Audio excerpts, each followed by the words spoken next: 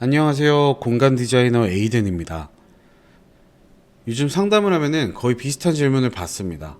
지금 집 지으면 너무 비싸지 않나요? 솔직히 저는 그 질문 이해합니다. 뉴스도 그렇고 주변에서도 그렇고 공사비가 많이 올랐다는 얘기를 계속 들으니까요. 근데 제가 현장에서 보는 기준은 조금 다릅니다. 그래서 오늘은 그 이야기를 조금 정리해서 말씀드려 보겠습니다. 사람들이 폭등이라고 느끼는 이유는 크게 세 가지예요. 첫째로 대출 금리겠죠. 요즘은 공사비보다 이자가 체감을 좀 올려요. 같은 집을 지어도 매달 나가는 돈이 좀 달라지니까요. 그리고 둘째로는 집이 좀 더 점점 복잡해지는 트렌드를 좀 띠고 있습니다. 요즘은 큰 창, 긴 처마, 코너창, 복층, 다락, 외장 마감 여러 겹, 또는 각종 라인 디테일, 이게 거의 기본처럼 들어가고 있습니다. 셋째로는 과장된 사례가 평균처럼 퍼지고 있어요. 가끔 엄청 높은 견적이 돌면 그게 사람들 머릿속에 기준이 되어버려요. 근데 그게 지금 평균이냐? 저는 그렇게 보지 않습니다. 제가 오늘 하고 싶은 말은 한 문장입니다. 집이 비싸진 가장 큰 이유는 공사비가 아니라 설계가 복잡해진 것. 여기서 중요한 건요, 설계가 복잡해지면 단순히 조금 비싸지는 게 아니라 여러 비용이 줄줄이 따라 올라갑니다. 구조가 복잡해지면 철물 보강이 늘고, 방수 포인트가 늘고, 디테일이 늘면서 인건비가 늘고, 공정이 늘면서 하자 리스크도 같이 늘려요.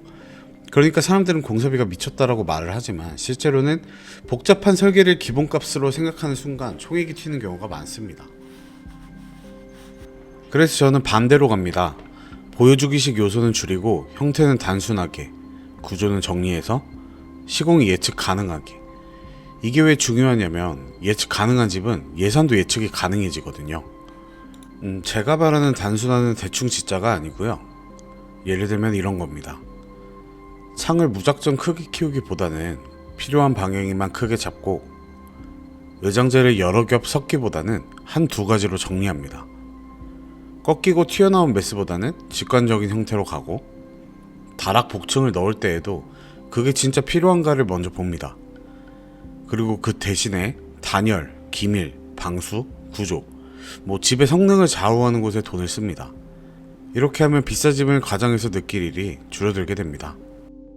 지금 시장은요, 비싸서 멈춘 시장이라기보다는 불안해서 멈춘 시장에 가깝습니다.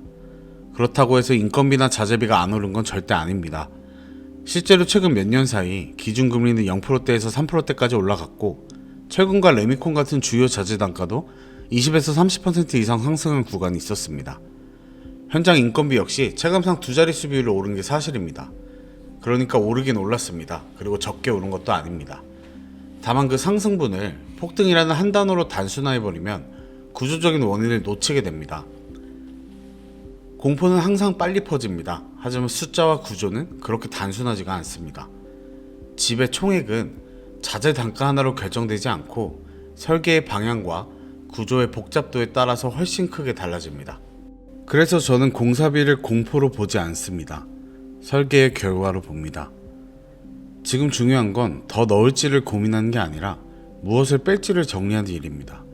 형태를 단순하게, 구조를 명확하게, 공정을 예측 가능하게.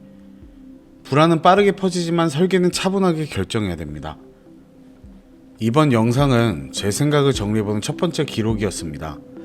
앞으로는 제가 설계한 주택들의 리뷰, 설계 과정에서의 판단 기준, 그리고 건축주분들의 실제 인터뷰 영상을 하나씩 공유해 보려고 합니다. 집을 고민하는 분들께 조금 더 명확한 기준이 되었으면 합니다.